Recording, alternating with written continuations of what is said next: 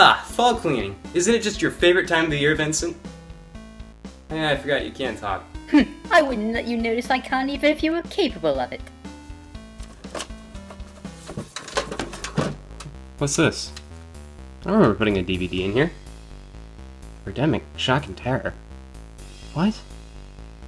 Wait, there's a note. To future MattCasts. Don't let anyone watch this. Yes, that means you. Don't be an idiot. Past MattCast. Well, whatever past me thought, I'm a reviewer. It's my sacred duty to watch this. Nothing left to do is play it. I don't think I got that right. Oh boy, you know you're getting some of the best when you see such names as Severin Films and Movie Head Pictures. It's like you've gotten a little slice of heaven, and once you're there, you can't ever go back. This masterpiece set up before us begins with a thoughtful overture that serves as the opening titles and the scene that sets the overall tone of the movie. Based on this musical track, you can't go wrong. I'm excited to see what kind of avian adventures and disease hijinks lay and wait inside this movie.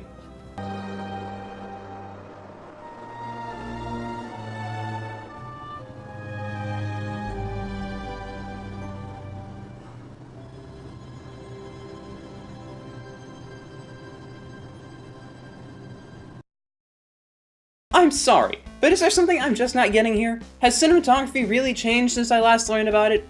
I'm pretty sure that the first moments of an action horror film hybrid should be less comparable to drinking warm milk. Honestly, this sequence was so boring that it even put the cameraman to sleep. Look at that shot angle! Oh, but wait, this isn't even the worst of it. Check out the first bit of dialogue. But first we gotta cross the street, of course. I mean, see, even a walking plank of wood can look two ways while crossing the street. I honestly feel like she said her line normally, but then some guy convinced everyone it was too quiet, and so they raised it by 50 decibels, saved it, then raised it by 200 more. I actually thought this was the consistent volume of speech audio for the rest of the movie, and so I turned it down.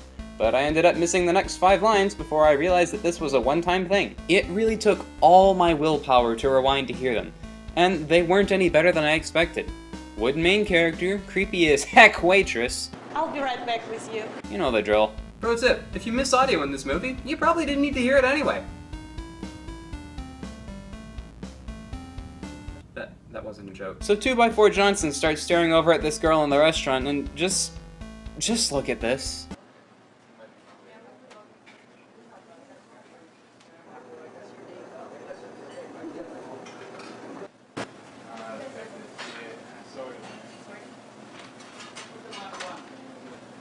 At what point does it stop being normal and become stalkerish? 4 seconds? 6? I think we've gone a bit past that. So she leaves and he, like a dog on the scent of bacon, bacon, pursues her with the speed of Hermes, completely leaving before that vaguely East European waitress can get right back with him. He catches up with her on a sidewalk and has a conversation that makes me wonder whether I'm watching a real person or a robot, and yet somehow gets her number out of it. Huh. Maybe I should use his method to get girls' numbers. They ran. All of them ran. One extremely awkward transition later, or for this movie it's just an average transition later, and we rejoin our main character during his healthy and balanced breakfast of a donut and cup of coffee. I think the only thing that can make this breakfast scene more complete is to have like a bowl of Frosted Flakes off to the side, and then have like Tony the Tiger come in and maul this guy to death or something. I don't know, it would make a better movie. He's watching a news report about dead birds. Gotta get some of that blatantly obvious foreshadowing, you know? Here's some foreshadowing for you. This movie sucks! In other news today, the population of polar bears is declining rapidly. In other news, here's a lot of information mostly irrelevant to the plot of this movie. Speaking of things mostly irrelevant to this movie's plot, I've noticed that there are a whole lot of filler scenes and dialogue in this. I'm not always one to complain about unnecessary stuff. Those research papers don't get filled with actual research, you know. But in terms of the arts, nothing annoys me more than superfluous additions that don't advance the story at all. Superfluous. There's a word of the day for you. But honestly, even if the sound editing and video editing in this movie wasn't pure evil to witness, the film would still be bad, purely because of the unnecessary moments like this. Hey, I should call this show, so you want to sound like even more of a literary nerd. In fact, actually I could probably get on the TV. Could probably get that on Nickelodeon. Excuse me, I have a call to make. Uh-huh, yeah. Okay, I see. Alright, that's good. Okay. I'm still on hold. Right. So he goes to get some gas. If you look at it from this angle, he looks like he's peeing. That's all this scene is. Then he goes to his workplace, with an establishing shot that takes forever, mind you, as, telemarketer, I guess? I literally have no idea on this one. Okay, I'll give you that and 50% discount. Well, whatever his job is, judging by that deal, I'm pretty sure he's bad at it. I'm gonna give you a 50% discount and a 50% discount. We got a deal? Good. I can't believe they agreed to that so easily. Cut the big fish. Yeah? How big was the sale? Whoa, can you, not get so close there, buddy? I'm starting to get a little claustrophobic. So after that, we cut to this place, called My Studio 1 Hour Photo. I like the casual Spanish tilde over the Y. I wonder how one would pronounce that.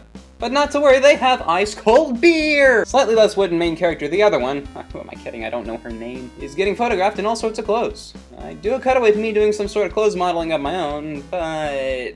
I was just too lazy. Sorry. Just kidding.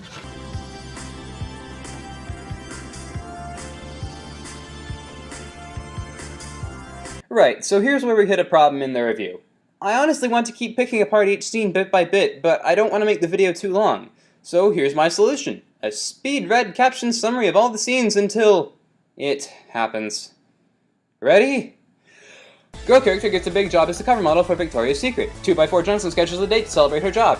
Basketball! Sports! There's another foreshadowing news story. Solar panel guy comes in and puts the solar panel. The main characters go on a date. Romantic subplot, yeah! Girl character goes to her mom's house. I like to call her easily the realest character in this movie. They talk about crud. The secondary characters have a PG-13 underwear scene and schedule a double date with the main characters. If you want to get into their pants, you better have a nice, hot Ferrari. I'm not the only one who thinks that's a stupidly funny line, right? Me? Just me? Only me? Really? Really? Terribly edited clapping happens. Awkward chair shaking happens. More bad acting! Secondary dude becomes an eco guy because of reasons. 2x4 Jensen starts a solar panel company and somehow gets funding of... $10 million. more dating! Romance, blah blah blah. Is that a kid on a tractor? Pulling a bigger tractor? Oh! That makes up for the whole movie!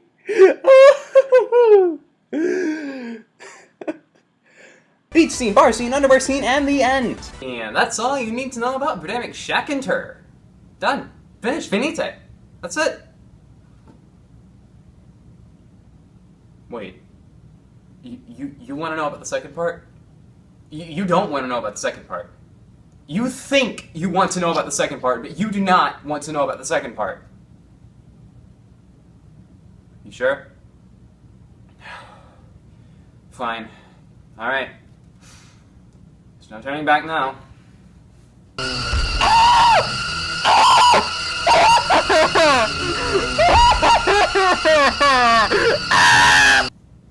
I warned you. Okay, let's take a moment to break this scene down. First of all, what were they smoking when they made this? Why are there birds exploding like kamikaze pirates? Why are there birds in the first place? Explain something! So here we have a bird exploding against a gas pump. Now, I'm no chemist, but I'm pretty sure that's an exothermic reaction, which will put out energy that will react with the gas on hand and cause an even bigger explosion. But it doesn't. I'm calling boron sulfide. I think they're eagles. What in the world? Yeah, you got that one right, 2x4. I find its pain amusing as well, my delightfully simple caretaker. Such violence gives me a great LOL. So the happy couple, after waking up and finding these birds, decide to barricade the window that the vermin are apparently trying to break through, but specifically the bottom part.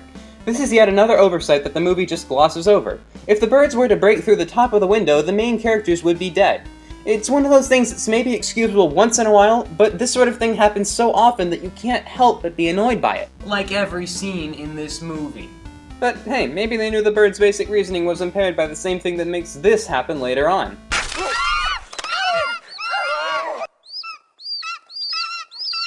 You're a genius, you know? So the birds happen to leave for no reason. And because of this, these lovebirds, see what I did there, go to some random people's room and just decide to team up with them and do this. I have no words for what this is. Just watch it.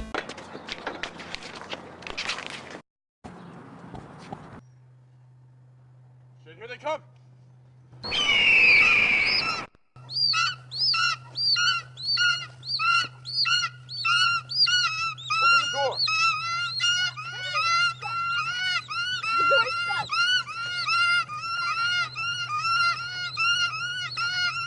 excellent. So they drive for a while and waste some of their seemingly infinite gun ammunition. Oh yeah, they've got guns now, that's the thing. Until they come to some dead people and investigate. Upon closer inspection, 2x4 Johnson and his new ally find some kids under the dead people's cars, and once the birds attack, take the kids with them on their epic journey to wherever they're supposed to be going. I'm drawing a blank on that front. Now, I know that a lot of people think that all kids' characters in movies are generally badly acted. I know I do. And most of the time, they're right. It's a rule in film that you should try never to work with kids or animals, strictly because they're so hard to work with. But this girl, oh man, she just excels at being literally the worst actor in this movie, even more than 2x4 Johnson. Seriously, just listen to her dialogue in this scene. What's your name, sweetie? Susan. Well, we're gonna make this feel all better. Thank you. Thanks. It sets an all-time low to aspire toward. Every child actor should look at this girl and say, I want to be just like her. And look, a moment later, she's seemingly forgotten all about her parents' emotional demise that was tearing her up inside in the rescue scene because of a handheld gaming device. But I mean really, who can blame her? My parents have just died, and I feel their loss on a very personal level. Oh hey, Pokemon Omega Ruby. The pain never fades. So they go and get some food at a convenience store. I think this kid died, by the way. And there's a long, nearly noiseless montage of them, get this, collecting food. That's it. Brilliant storyboarding there, guys. But then... More birds! Also, I'd like to point out the fact that this lady character is just casually checking out a selection of fine wines, I guess for when she wants to feel sophisticated while having her neck slashed by falcons, like this lady we didn't care about. After a while, they find an old dude on a bridge who won't let them cross. Hey, stand back! These birds are contagious, now go away! Well, I'm not gonna question orders as sensible as those. Finally, someone telling me to stop watching this movie. Can we just talk about it at the picnic area? You want to talk? Okay, alright. We'll talk. Curses, foiled by plot, convenient motive switching, and forced dialogue. Yes, sir. If I may point out, if these birds are as contagious as you seem to think they are, I don't think a breathing mask and casual clothes is going to be enough to protect you from them. Actually, you know, I think I know where your bald spot came from. Demon gophers. Most definitely those. So I'll play you a basic summary of what this esteemed researcher believes to be the problem behind this birdemic. Global warming is causing viral diseases such as bird flu, West Nile virus, and SARS. So what are you saying? That global warming is causing these birds to attack? No, but there is scientific evidence to show that because of our burning of fossil fuels and creating greenhouse gases, which is causing global warming, it's raising the temperature of the seas, and species like the krill are dying.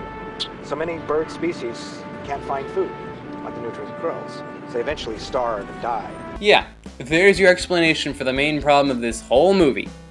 I think perhaps this man lost his tinfoil hat back on that bridge. Also, I love the loud as heck trumpet blaring in the background of this shot. It almost sounds like I'm at a funeral or something.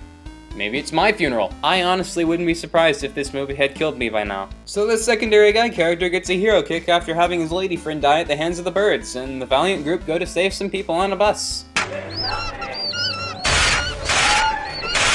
I know how you feel, background characters that nobody cares about. And then he dies from highly acidic bird crap. Oh no! And about here we hit the same problem as before. There are a lot more events to pick apart piece by piece, but that's just the problem. There are too many of them. So, I think it's time for another speed summary. Ready? Go! The four remaining characters go to a gas station where they get gas. Shortly after they get mugged by a true American patriot. I mean, look at that mustache and Stetson, who takes the gas and then gets his neck falcon punched and dies. They, leaving the gas behind, drive to a forest area where they meet, and I'm not joking, they literally say this in the movie, a tree hugger. He says some random crap about beetles and then hears a mountain lion and runs off. Actually, I think I hear a mountain lion too. Get your hands off of me, you filthy plebeian! The main characters run off as well, and then the forest, no joke, spontaneously combusts. 10 out of 10, am I right? They escape the forest and get back to their car and drive a little ways until they come across the female main character's car for some reason. There they find the other couple who weren't so lucky on escaping the birds. Also, there's this ridiculously positive music playing the whole time. Beautiful sound choices, guys. One abrupt scene cut later, and we rejoin them when they run out of gas on the side of the road. After the shocking revelation that they need food, 2x4 Johnson finds a fishing rod in the trunk and suggests that he go and catch some fish. Then he finds a stove in the trunk about 2 seconds later. It was said that that day the holy hand of bad writing worked in his favor. After that, they walk through the grass until they get to a beach. 2x4 catches a fish, and after they've cooked it, completely uncut and uncleaned, mind you, our lovable kid characters chime in on the choice of food. Yuck, I want Happy Meal. From the mouths of babes. But oh no, more birds! So they go back to the car and... Huh? Wait a minute, that can't be the end. What's going on? Honestly, you're so dense sometimes. Actually, I make that all the time. Holy crap, Vincent, you can talk? Wait, what did you do? Only what you asked me to. I erased your memory of getting this movie off the internet and watching it a few weeks ago because you told me the trauma was too much. Wait a minute. I got this off the internet? But how does it end? How did you erase my memory? Oh, the simple mind of an internet reviewer. If you want to know how the film ended, look it up. And as for the memory wiping, I simply used the machine from my laboratory. You have a laboratory? Yes, and with the machines I have made, I plan to one day take over the world! Ha ha ha ha! You are by far the most adorable evil genius ever, Vincent. So Vincent, being a jerk and not telling me how the movie ended, made me do actual research. And so I'll just summarize the end of the movie for you since I couldn't find a place to download it from. Essentially, the birds attack them for a while, and then they fly away. That's it. I did actual research for that! And now at this point, an unreasonably angry person would probably do something a bit like this. I'm sick of your crap!